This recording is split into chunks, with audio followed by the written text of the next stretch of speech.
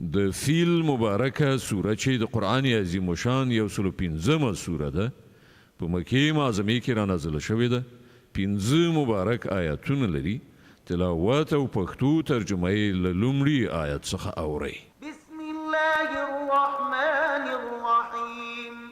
د الله په نوم چې ډیر زیات مهربان پورا رحم لرونکی دی ألم تر كيف فعل ربك بأصحاب الفيل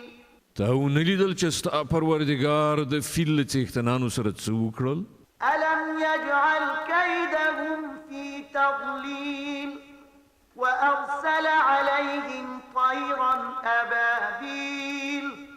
ترميهم بحجارة من سجيل